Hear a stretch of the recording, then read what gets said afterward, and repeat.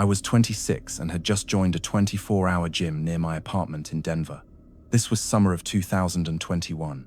I worked irregular hours as a nurse, often getting off shift at 11 p.m. or midnight. The gym was perfect because I could go late at night when it was empty and quiet. No crowds, no waiting for equipment, just me and my workout. The gym was in a strip mall, sandwiched between a closed furniture store and a laundromat that shut down at 9. At night, the parking lot was mostly empty, except for a few cars belonging to other late-night gym members. The gym itself was decent-sized, about 5,000 square feet. Cardio equipment near the windows, weight machines in the middle, free weights in the back, locker rooms on either side. Everything was well lit and clean. Access was through a key card system. You'd scan your card at the front door and it would unlock. There was no staff after 10 p.m., just members with 24-hour access. Security cameras covered the entrance and main floor, but I'd later learn they weren't always monitored in real time. The company that owned the gym had dozens of locations. They couldn't watch every camera every night. For the first few weeks, everything was great. I'd go around 11:30, work out for an hour, shower, and head home. I'd see maybe one or two other people, usually guys doing their own thing. Everyone kept to themselves. It felt safe enough. The doors locked behind you, so no random people could walk in off the street. Then one night, in early August, I was there around midnight. I was alone on the cardio machines, running on a treadmill facing the windows. I could see the parking lot outside. My car and one other car, a dark sedan I didn't recognize.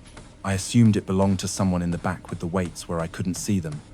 I'd been running for about 20 minutes when I noticed someone standing outside the gym windows. A man, maybe in his 30s, just standing in the parking lot, looking in. At first, I thought he was deciding whether to come in and work out, but he didn't move toward the door. He just stood there, watching me run. I felt uncomfortable but tried to ignore it. Maybe he was waiting for someone inside. Maybe he was on the phone. I kept running, but I was aware of him the whole time. After about 5 minutes, he walked away, out of view. I felt relieved and finished my cardio. I moved to the weight area in the back to do some strength training. I couldn't see the windows from there, which made me a little nervous after seeing that guy outside. But I told myself I was being paranoid. The doors were locked. He couldn't get in without a key card. I was doing dumbbell presses when I heard the front door beep. Someone had scanned in. I assumed it was another member arriving for a late workout. I heard footsteps walking through the gym. Heavy footsteps, slow and deliberate. They walked past the cardio area, past the machines, and stopped somewhere near the locker rooms. I waited for whoever it was to come into the weight area or start using equipment. Nothing happened, just silence. I felt uneasy. I set down my weights and walked toward the front of the gym to see who had come in. Nobody was there. The cardio area was empty. The machines were empty, but I'd definitely heard someone come in. I checked the locker rooms. Women's was empty. I knocked on the men's and called out. No answer. I pushed the door open slightly and called out again. Still nothing. Both locker rooms were empty, but someone had scanned in. I'd heard the door beep. I'd heard footsteps. I went back to the weight area, grabbed my stuff, and decided to leave. Something felt wrong. As I walked toward the exit, I passed by a small hallway that led to the gym office and storage rooms. The office door was closed, but the storage room door was slightly open. I slowed down as I passed it, and I swear I heard breathing. Someone was in that storage room. I didn't investigate. I walked straight to the exit, scanned my card to unlock the door, and left. As I got to my car, I looked back at the gym. Through the windows, I could see someone walking out of that hallway into the main gym area. A man in dark clothes, the same man who'd been standing outside earlier. He'd somehow gotten inside. I got in my car, locked the doors, and called the gym's emergency number. It went to an answering service. I explained what happened, and they said they'd send someone to check it out. I didn't wait. I drove home, shaking. The next day, I called the gym's main office and filed a complaint. They reviewed the security footage. They confirmed a man had been standing outside, watching me through the windows for over 10 minutes. Then he'd left. But here's the concerning part. Nobody had scanned in after me. The door logs showed only my keycard entry that night, yet the cameras showed a man inside the gym shortly after, walking around, going into the storage room, then leaving, through the emergency exit, which didn't require a keycard to open from inside. The manager said he must have piggybacked in when I entered, slipping in behind me before the door closed. But I was certain nobody had been near the door when I went in. I'd looked around the parking lot. It had been empty except for that one car. They changed the storage room locks and said they'd be more vigilant about monitoring cameras, but they couldn't explain how he got in if he didn't piggyback, unless he had a keycard, unless he was a member. That thought terrified me more than anything, that he might be someone who legitimately had access, someone who could come back anytime. The more I thought about it, the more disturbing details came back to me. That dark sedan in the parking lot, I'd seen it there on other nights too, always in the same spot, always when I was there late. I'd never thought anything of it until now. Had he been watching me for weeks, learning my schedule, waiting for the perfect night, when I'd be completely alone? I also remembered other small things that hadn't registered as concerning at the time. A few nights before, I'd found a locker in the women's changing room hanging open, not broken, just unlatched, like someone had been inside. Another time, I'd felt certain I'd left my water bottle on a specific machine, but when I came back from the bathroom, it was moved to a different machine nearby. I'd assumed I was misremembering. Now I wondered if he'd been testing how much he could interact with my space without me noticing. The gym manager seemed genuinely concerned when I shared these additional details. She admitted they'd had one other complaint about a month prior, a woman who said she felt watched during late-night workouts, but they dismissed it as paranoia because they couldn't find anything on the cameras. They hadn't put the pieces together, hadn't realized there might be a pattern. She offered me a 3 months membership and promised to install additional cameras, including one covering the storage room and emergency exits. She said they'd also implement a new policy requiring 2 or more members to be present for the gym to remain open after midnight. If membership numbers dropped below 2 people, the system would alert overnight security to do a physical check. But these changes felt too little, too late. The damage was done. I'd been stalked, watched, possibly had my belongings touched, all in a place where I was supposed to feel safe, a place I was paying to use. The idea that this man had been so close to me, hiding in storage rooms, moving through the gym while I worked out oblivious, made me physically ill. I switched to a different gym that week, one that had staff 24 hours. I found out later that 2 other women had reported similar incidents at that gym over the previous 6 months. A man watching them through windows, strange sounds, feeling followed. The gym company eventually installed better security, panic buttons, and required staff overnight. But it took 3 complaints before they acted. I'm 29 now. I still work out late sometimes, but never alone in an empty gym. I learned that 24-hour access is convenient until you realize you're alone in a building with no staff, cameras that aren't being watched, and doors that can be bypassed. And that sometimes the person watching you through the window finds a way to get inside. Sometimes they've been inside all along, waiting in the shadows for the perfect moment to reveal themselves. And sometimes the scariest thing isn't what they do, but what they could have done if you hadn't trusted your instincts and left when you did.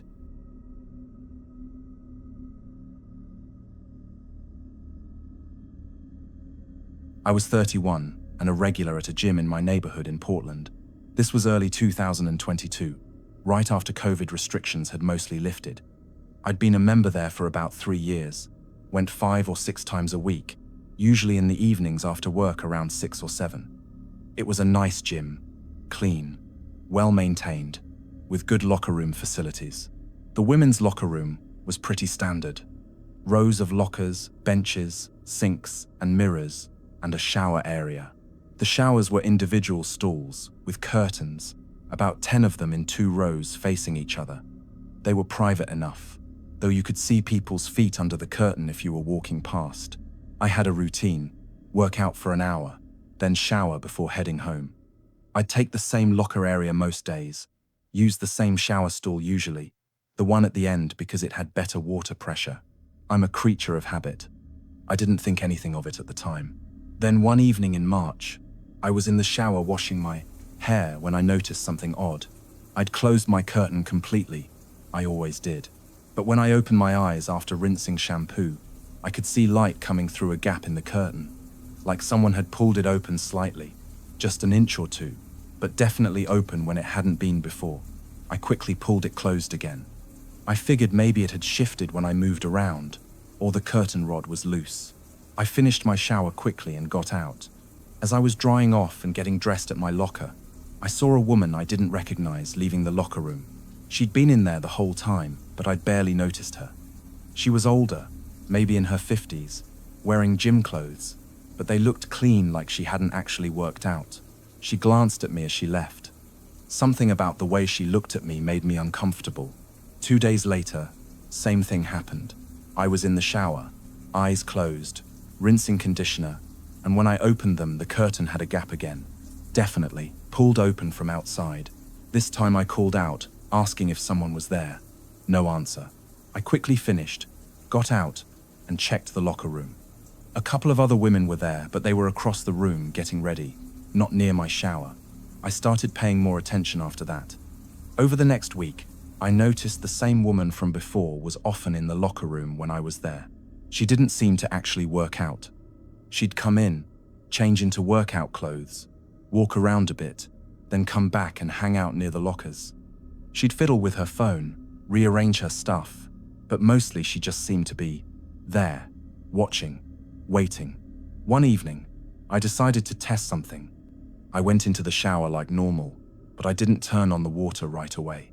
I just stood there quietly behind the curtain, listening. After about a minute, I heard footsteps approaching. Slow, careful footsteps. They stopped right outside my shower stall. I could see feet under the curtain. Someone was standing there. I stayed completely still, barely breathing.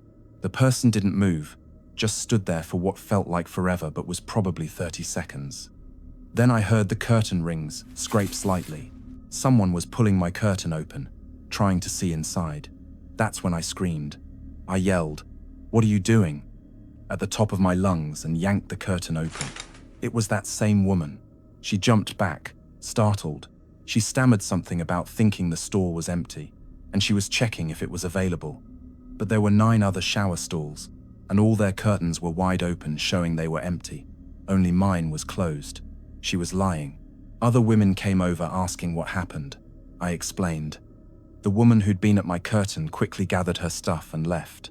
One of the other women said she'd seen that same person hanging around the locker room for weeks. Always there, always watching, but never really working out. Someone said she'd noticed her phone pointed toward the showers one time, like she might have been recording. I immediately went to the front desk and reported it. The manager was concerned and said she'd look into it. She pulled up the woman's membership. She'd joined about a month ago, right around when I'd first noticed my shower curtain being opened. The manager checked security cameras. The locker rooms didn't have cameras for privacy reasons, but the cameras in the gym area showed this woman rarely used any equipment. She'd walk in, go straight to the locker room, stay there for 30 to 40 minutes, then leave. Almost always when I was there, the manager was alarmed. She immediately revoked the woman's membership and banned her from the facility. She also filed a police report. The police investigated and discovered something disturbing. They found an online forum where people traded photos and videos taken in gym locker rooms without consent. This woman had been posting there. She'd been taking pictures of women in various locker rooms around the city, including ours. Police arrested her. She had hundreds of photos on her phone and computer. Pictures of women changing, showering, in various states of undress, all taken secretly in locker rooms at multiple gyms. She'd apparently been doing this for years, moving from gym to gym, joining for a month or two, collecting images, then moving on before anyone caught her. I was in some of those photos. Pictures taken through the gap in my shower curtain. Close-ups of me that I never knew were being taken. It made me sick. How many times had she watched me, photographed me? What had she done with those images? The police said she'd shared some online, sold others. My body, my private moments, had been distributed to strangers without my knowledge or consent.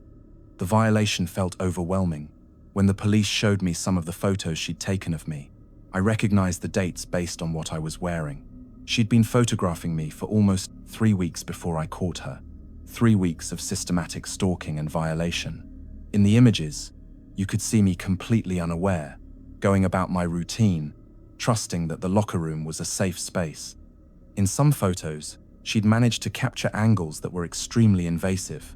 It was clear she'd been very deliberate, very patient, waiting for moments when I was most vulnerable. The police also found that she'd been researching her targets. On her computer, they found files with information about various women, including me, my social media profiles, screenshots of posts, my work schedule that she'd apparently figured out by tracking when I came to the gym. She'd even found my address somehow. The level of premeditation was terrifying. The detective told me this wasn't impulsive behavior. This was someone who'd developed a sophisticated system for identifying, stalking, and documenting victims. She had notebooks with schedules, patterns, notes about which locker rooms had the poorest security, which gyms had the least attentive staff. She'd been doing this methodically across multiple cities for at least 5 years. What made it worse was learning that she'd been reported before. At 2 previous gyms in other cities, women had complained about her behavior. But because those gyms hadn't filed police reports, just banned her, there was no record that would have shown up if my gym had done any kind of background check. She'd just moved on to new hunting grounds, and the pattern continued. She was charged with multiple counts of invasion of privacy and distribution of intimate images without consent. She eventually pleaded guilty and got jail time plus probation. But the damage was done. Those images are still out there somewhere.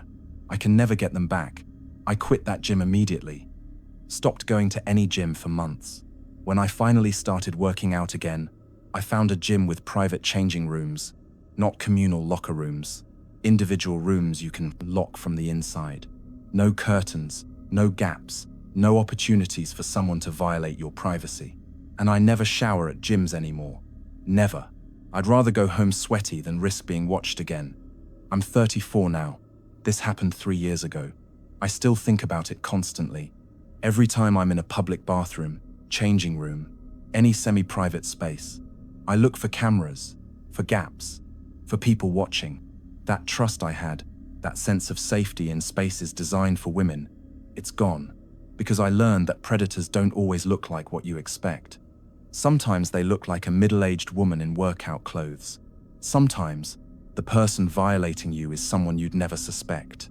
And that's what makes it so insidious. They hide in plain sight, protected by our assumptions about who dangerous people are supposed to be.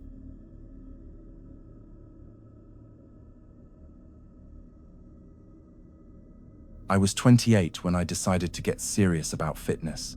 This was fall of 2020, and I'd gained weight during lockdown like a lot of people. I joined a gym in my neighborhood in Chicago and signed up for personal training sessions. I wanted someone to push me, teach me proper form, and keep me accountable. The gym offered a package deal for new members, 10 sessions with a certified trainer at a discount. They assigned me to a trainer named Marcus. He was in his mid-30s, very fit, seemed professional. Our first session went well. He assessed my fitness level, talked about my goals, put together a workout plan. He was encouraging and knowledgeable. I felt good about the decision to hire him. Over the next few weeks, we met twice a week for hour-long sessions. He'd walk me through exercises, correct my form, push me when I wanted to quit. I was seeing results, getting stronger, feeling more confident. He'd sometimes text me between sessions, checking how I was doing, reminding me to stay hydrated, sending motivational messages. It seemed like good customer service. He was invested in my progress, but then the messages started changing. They got more frequent, more personal. He'd text me late at night saying he was thinking about my workout plan. He'd ask what I was doing on weekends. He started complimenting my appearance more than my progress, saying I looked really good in my workout clothes, commenting on specific body parts. It made me uncomfortable, but I didn't know how to address it without seeming ungrateful or rude. During our sessions, he started touching me more, supposedly to adjust my form, but his hands would linger. On my waist during squats, on my back during rows, on my thighs when teaching me stretches.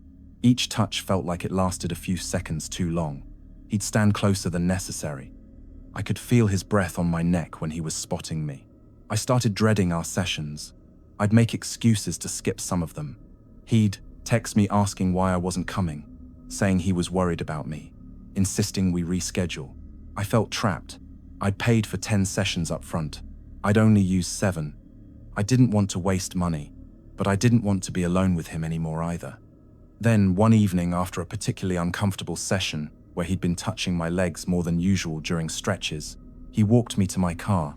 The gym was in a strip mall, and it was dark outside, around 8 p.m. He said he wanted to make sure I got to my car safely. I thought that was nice, if a bit unnecessary. The parking lot was well lit and there were other people around.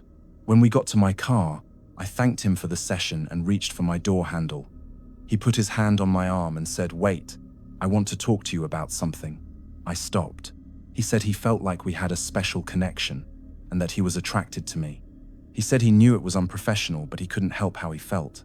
He asked if I wanted to grab dinner sometime. I was frozen. I didn't know what to say. I stuttered something about needing to keep our relationship professional. He smiled and said, "Professional is boring. We could have fun together." He stepped closer. I backed against my car. He put his hand on the car door frame, boxing me in. His other hand touched my waist. He said, "I know you feel it too. I can tell by the way you respond to my touch during our sessions." I felt sick. The touches during training that made me uncomfortable, he'd interpreted as me being interested. Or maybe he knew I was uncomfortable and didn't care. I said firmly, "I need to go home." He didn't move. He said, "Just think about it. We could keep training together. I could give you private sessions at my place. Really personalized attention." I ducked under his arm and got my car door open. I got in and locked the doors. He stood there watching me. I started the engine and backed out quickly. He didn't try to stop me, just stood there with that same smile. As I drove away, my hands were shaking so badly I had to pull over a block away to calm down. I didn't go back to that gym. I didn't use my remaining 3 sessions. I didn't report him initially because I was embarrassed and didn't know if what happened was bad enough to report. He'd asked me out and touched me, but he hadn't assaulted me. I convinced myself maybe I was overreacting, but 2 weeks later, he found me on Instagram. My account was private, but he sent a follow request from what looked like a personal account, not a trainer account. I denied it.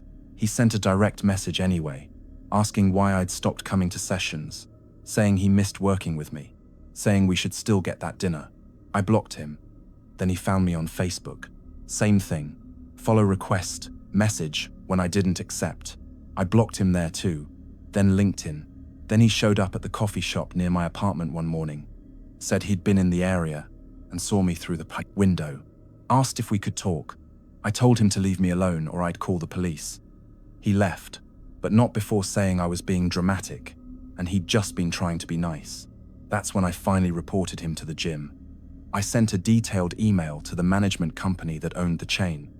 I explained everything: the inappropriate texts, the touching during sessions, the confrontation at my car, the stalking on social media, showing up at places near my home. They responded within a day, saying they took it very seriously and would investigate. A week later, they contacted me again. Marcus had been fired. But here's what really upset me. They said 2 other women had also reported him for similar behavior over the past year. One had filed a complaint 6 months before I even joined.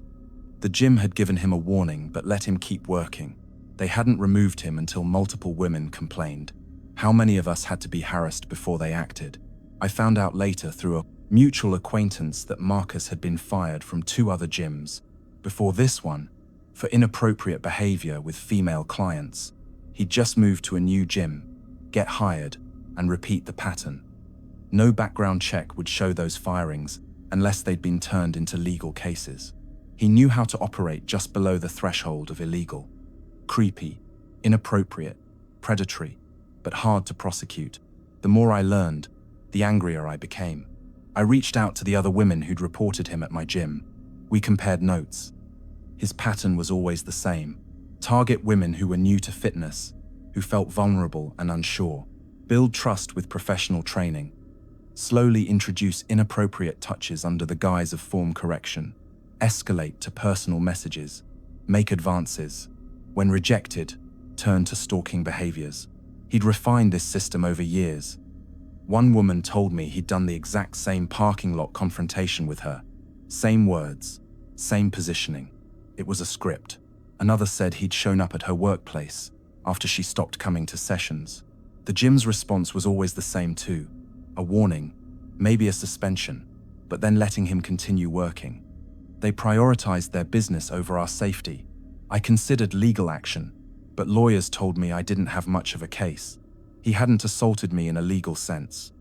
The stalking would be hard to prove as criminal, since he'd technically stopped when I confronted him. The inappropriate touching during training sessions was my word against his, and he could argue it was legitimate form correction. The system wasn't designed to protect women from this type of predator. I did file a formal complaint with the certification board that had certified him as a personal trainer. After investigating, they revoked his certification. It was a small victory. At least he couldn't work as a certified trainer anymore. But that didn't stop him from working as an informal trainer or from getting hired at gyms that didn't check certifications carefully or from finding other ways to access vulnerable women. I never hired another personal trainer. I work out at home now with online programs. I don't trust gym environments anymore. I learned that someone in a position of authority, someone you're paying to help you, can abuse that power so easily. And that gyms often prioritize keeping staff over protecting clients. They don't want the liability or the bad press. So they give warnings and second chances while women like me just disappear, abandoning memberships and losing money rather than face the person who made them uncomfortable. I'm 31 now. That was 3 years ago. I still see his face sometimes when I'm working out, still feel his hands lingering too long on my body. Still remember being trapped against my car while he smiled and acted like I should be flattered. The gym eventually offered to refund my unused sessions and membership after I threatened legal action. But they never apologized, never acknowledged they should have done more sooner. And Marcus? Last I heard, he's working at another gym across town, starting the whole cycle over again. Because that's what predators do. They find new hunting grounds when one territory becomes too dangerous. And the systems that should protect us enable them by prioritizing profit and reputation over safety.